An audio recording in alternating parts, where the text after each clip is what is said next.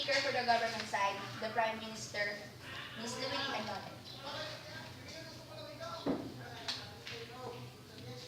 Good day. This House believes that prostitution should be legalized in the country. Proponents of legalizing prostitution believe it would reduce crime, improve public health, increase tax revenue, help people out of the poverty, get prostitution off the streets, and allow consenting to the adults to make their own choices. They contended that prostitution is a victimless crime, especially in the 11 Nevada continues where it remains legal.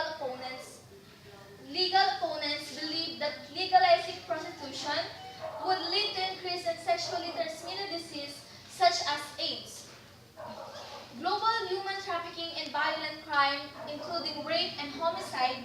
They contend that prostitution is inherently immoral, commercially exploitative, empowers the criminal underworld, and promotes the repression of women by men. Should legalize prostitution. Wait. Go.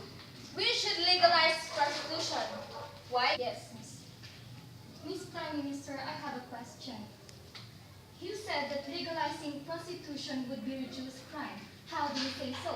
Because as of now in our country, we have prostitution, and it will not help in reducing crime, but instead it increases in crimes. Yes, it will reduce crime because we have a legal prostitution. Especially we avoid violence for the women.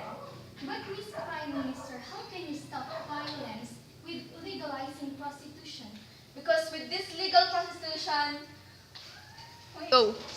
as I continue, we should legalize prostitution. Why? Because first, rape would decrease. Number two, STDs or the sexual transmitted disease are usually contracted from a non-prostitute. Number three, the fight against human trafficking could be better fought. Four, sex is good for your health, right? Then number five, there would be less sex crimes. And lastly, government would not only be able to make money of tax prostitution, but save on various costs to the taxpayer. That's all. Go. The first speaker for the opposition side, leader of the opposition, Ms. Robelyn PEREZ. This House believes that prostitution should not be legalized in the country. Prostitution shouldn't be legalized. It is a simple way to make a living, and it can be ruinous to individuals if they are exposed for using prostitutes. If women and men want to sell their sexual services to other people, it should remain in the dark. An unsavory business it is now. Not legalize it to make it more acceptable. Legalizing prostitution would be bad in many ways. Many young women would see this as a way to earn a living, and when they get older, they will be without skills except for sex. And the fact is, anyone can do that. Most prostitutes are teen runaways or lead into a type of life because of sexual assault as a child. Although prostitutes sell their bodies for sex, it doesn't mean they're always willing. Most cases, from former, yes? You said a while ago that not all the prostitutes are not willing to sell their bodies. But what is the purpose that we call them as a prostitutes? Yes, I said that not all prostitute is willing to sell their bodies because this is their choice. They sell their bodies to earn money to make a living because they are concerned for their family. So they do it to feed their family. But not most of prostitute is willing to sell their bodies. I continue my speech. Although prostitutes sell their bodies for sex, it doesn't mean they're always willing. Most cases, for former prostitutes state that they have to put their minds somewhere else, think they're not having sex. They also have the risk of being raped and beaten by any person purchasing them, legalizing prostitution will not end the violence of prostitutes. And yes, it will still go on underground as of now if it is not legalized. Then second, prostitution being illegal costs taxpayer millions a year just to incarcerate them, but being legal, it is also cost them big bucks to get each prostitute checked from STDs or sexually transmitted diseases. That's probably once a month for all prostitutes. There's more reasons on why those are just the major reason. That's all. Thank you. Go. Go. The second speaker for the government, the Deputy Prime Minister, Ms. JESUSA Gonzales. Good day. Go. Good day. It is estimated that if prostitution were legalized in the United States, the rape rate would decrease by roughly 25% for a decrease of approximately 251,000 rapes per year. Criminalizing the sex industry creates ideal conditions for rampant exploitation and abuse of sex workers.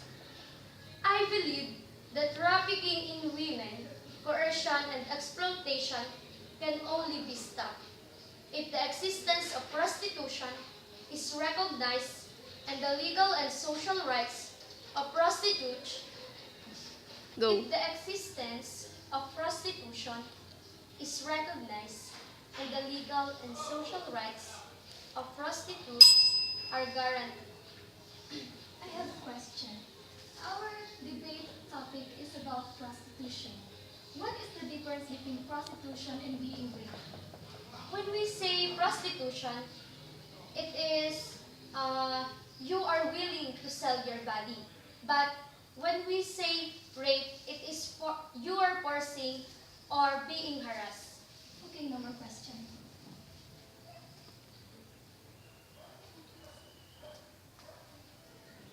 Go. The second speaker for the opposition side, Deputy Prime Minister, Ms. FABELLON.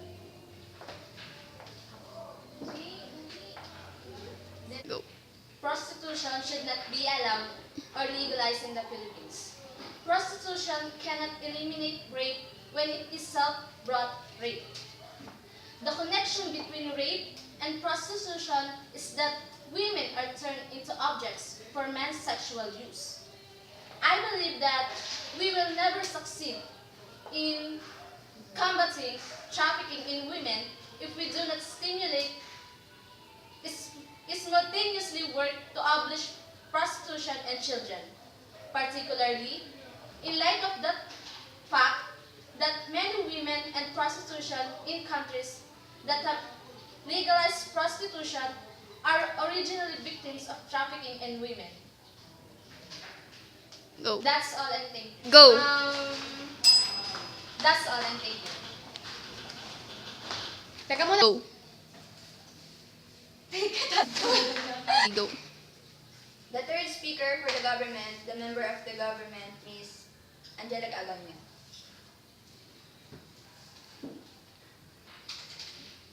Discriminalization would be better protect people in the sex industry from violence and abuse. Police cannot and do not simultaneously seek to arrest prostitutes and protect them from violence. Indeed, women being described told, "What did you expect?" by police officers who refuse to investigate acts of violence perpetrated against women whom they knew engaged in prostitution. The consequences of such attitude are tragic. Gary Ridgway said that he killed prostitutes because he knew he would not be held accountable. The tragedy is that he was right. He confessed to the murders of 48 women, committed over nearly 20 years. That is truly criminal. For HIV/AIDS presentation to succeed, the condition of risk have to change the context, legal, social, economic, Go. of sex work has to change. With repeal of criminal laws, access in virus and works, permits and freedom of movement, and association and occupational safety and health regulation.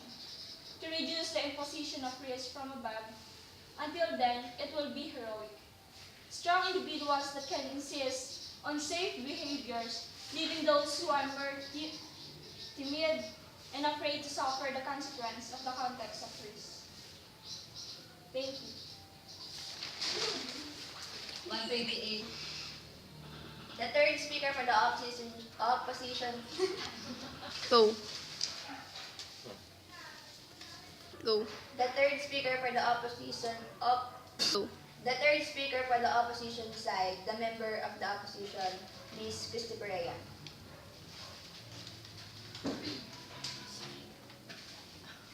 Regardless of prostitution states, whether it's legal, illegal, or discriminalized, or its physical location, such as strip club, massage parlor, street, home, or even in hotel, prostitution is extremely dangerous for women. Homicide is a frequent cause of death. It is a cruel lie to suggest that discriminalization or legalization will protect anyone in prostitution. It is not possible to protect someone whose source of income exposes them to likelihood of being raped, be held accountable.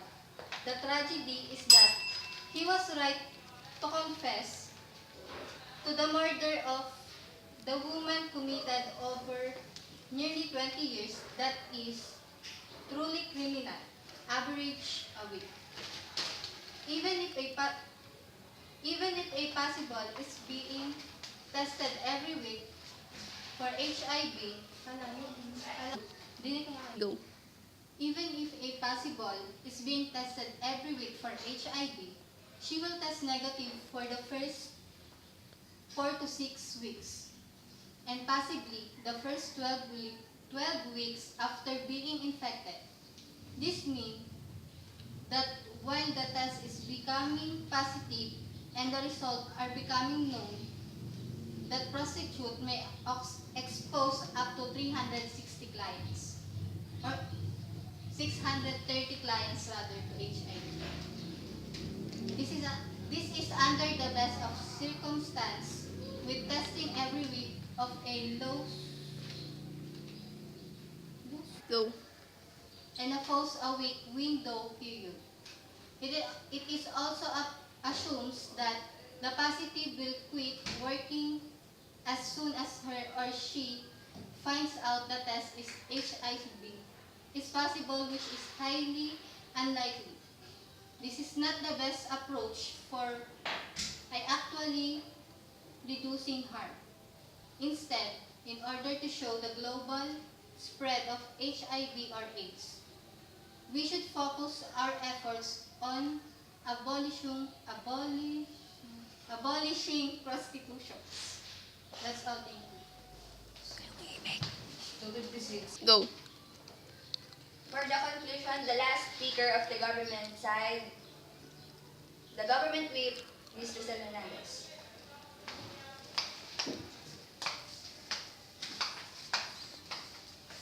Overall, the prostitution will be legalized.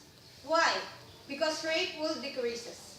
There will be less sex crimes, help people out of the poverty, get prostitutes off the streets. And Go. and allow consenting adults to make their own choices.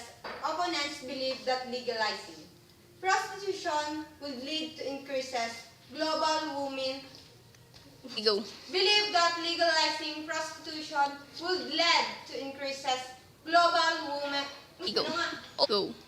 believe that legalizing prostitution would lead to increases global human trafficking and violent crime, including rape and homicide. The criminalization would better protect people in the sex industry from violence and abuse. For HIV or AIDS prevention to success, the conditions of risk have to change. The context, legal, social, economic of sex work has to change with repeal of criminal laws. That's all. Thank you.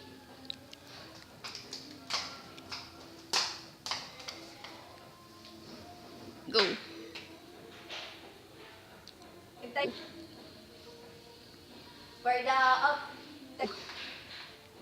For the conclusion, the last speaker for the opposition side. Go.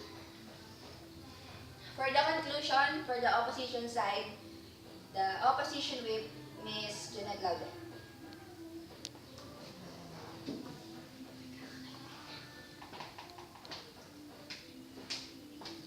Prostitution should not legalize. Why? Because prostitution creates a setting whereby crime against men, women, and children become a commercial enterprise in its assault when she forces a prostitute to engage in sadomasochistic sex sinner. It is an exploitation, sexual harassment, or rape. They also have the risk of being raped and beaten by any person for choosing them. Legalizing prostitution will not end violence of prostitute. And yes, it will not end the violence of prostitute. And yes, it will still go on underground as if it is not legalized. Second, prostitute being illegal costs taxpayers million years just to incorporate them, but being legal, it also costs them big bucks. Prostitution is extremely dangerous for women.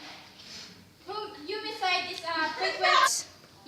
is a frequent cause of death. Even if the prostitute is being tested every week for HIV, she will test negative for at least the first 4 to 6 weeks and possibly the first 12 weeks after being infected. That's all. Thank you.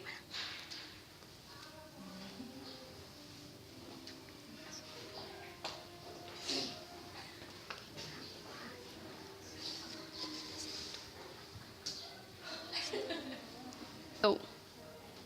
So now, shake hands, both government and opposition